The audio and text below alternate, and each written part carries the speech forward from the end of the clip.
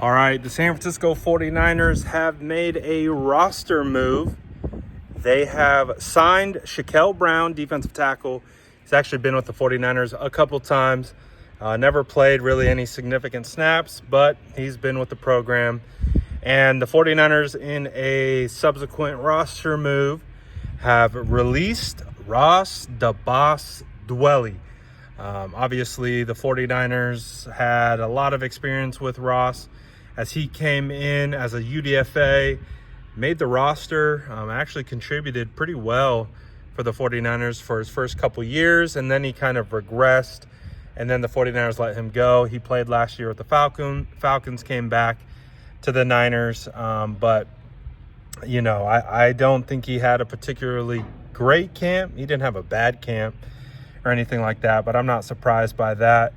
I feel like, honestly, it's between guys like Jake Tonges and Braden Willis. I thought Braden Willis had a strong camp.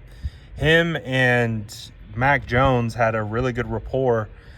Mac Jones would find Braden Willis once or twice a day in team period.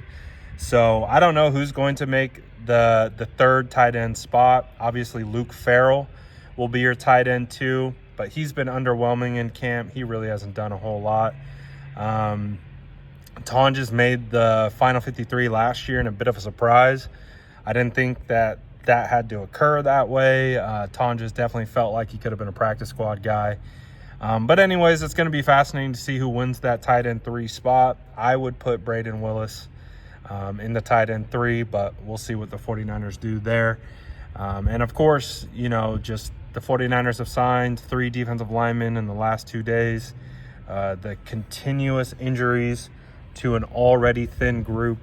This is, again, just, when we talked about the 49ers roster when it was kind of finalized, after free agency and after the draft, there's a lot of young potential and promise, but one of the things that just really stood out was this is still a thin group, and they keep getting injured. Michael Williams, hyperextended knee. CJ West, hyperextended knee.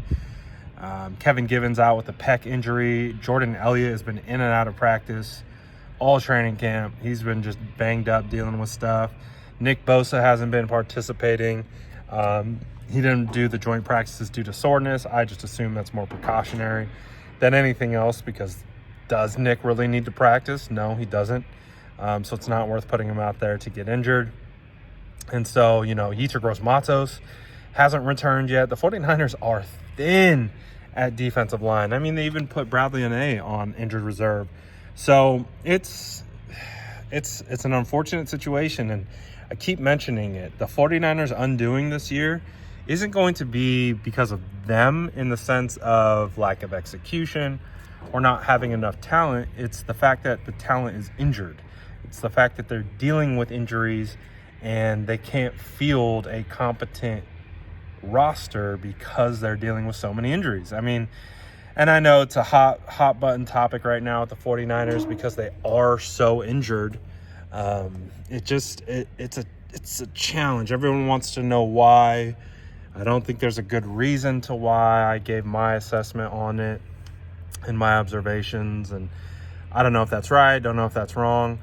But anyways, at the end of the day, just not a good situation that the 49ers are finding themselves in. I would say the silver lining is that we haven't had, knock on wood, really any super severe injuries where we got to talk about guys missing the season, of guys who are going to make an impact and are expected to play.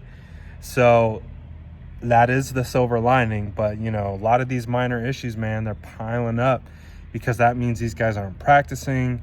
And that's just, again, this team needs to gel. There's a lot of new pieces, a lot of new guys. They need that practice time.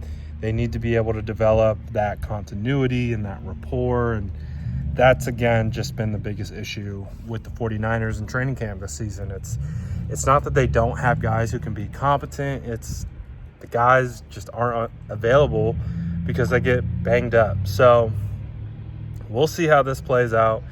We'll see if the 49ers can level out, get some guys back, and keep them healthy. But unfortunately, as it stands right now, they keep popping up. So we'll see how it goes. But let me know what you think about this move in the comments below. And as always, make sure to like and subscribe for more updates.